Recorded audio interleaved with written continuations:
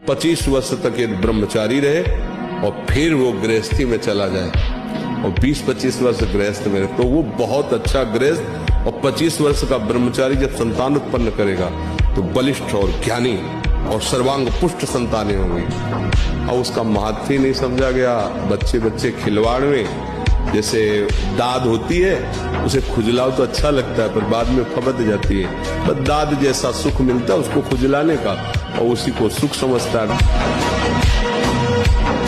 ब्रह्मचारी के नेत्र बोलते हैं, जैसे जंगली सिंह के नेत्र है, ऐसे ब्रह्मचारी के नेत्र, उसके नेत्र में पावर होता है, एक दबाव पक्ष होता है। वो जिस पर नेत्र डाले तो एक बार झुक जाए सामने वाले के लिए।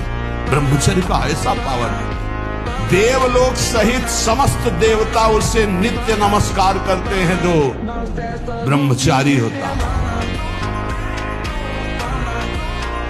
चाहे गृहस्थ हो चाहे विरक्त हो, ब्रह्मचर्य अत्यंत अनिवार्य वस्तु है, अत्यंत अनिवार्य।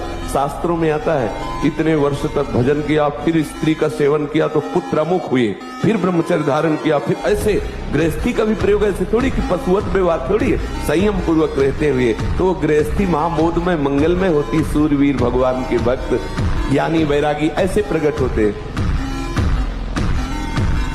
अब खिलवाड़ में नष्ट कर दिया ब्रह्मचर्य। अब वो ऐसी चीज तो है नहीं कि ऐसे टेबलेट है कि खा लो तुम, ऐसा वो संयम पूर्वक रहा जाता। ब्रह्मचर्य मनुष्य जीवन का बहुत बड़ा नींव है, बहुत बड़ी उन्नति का स्वरूप है।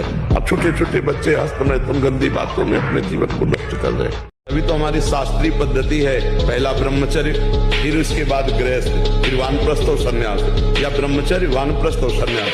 ब्रह्मचर्य सबकी नहीं है। और आजकल नए नए बच्चे ब्रह्मचर्य को समझ ही नहीं रहे, खिलवाड़ कर रहे हैं। वही खिलवाड़ बहुत भारी पड़ता है। जब वो जवान होते तो गृहस्थी लायक नहीं रह जाते, वो गृहस्थी लायक नहीं रह जाते, क्षमता नहीं रह जाती उनके अंदर, गृहस्थ धर्म की क्षमता ही नहीं रह जाती। जिसने कभी हस्तमैथुन आदि के द्वारा वीरपात किया ही नहीं, उसका असली वीर कभी वीरपात होगा ही नहीं। यदि आपने कभी हस्तमैथुन नहीं किया, कभी किसी भी तरह से जनेंद्री का घर्षण करके वीरपात नहीं किया, तो आपकी वो संतानोत्पत्ति की क्षमता वाला जो वास्तविक वीर है वो स्वाभाविक निकल ही नहीं सकता। यदि आपने मार्ग दे दिया है, फिर उसके निकलने का मार्ग हो गया। ब्रह्मचर्य ही महान सामर्थ्य, परम पुरुषार्थ, भगवत प्राप्ति का प्रबल साधन है।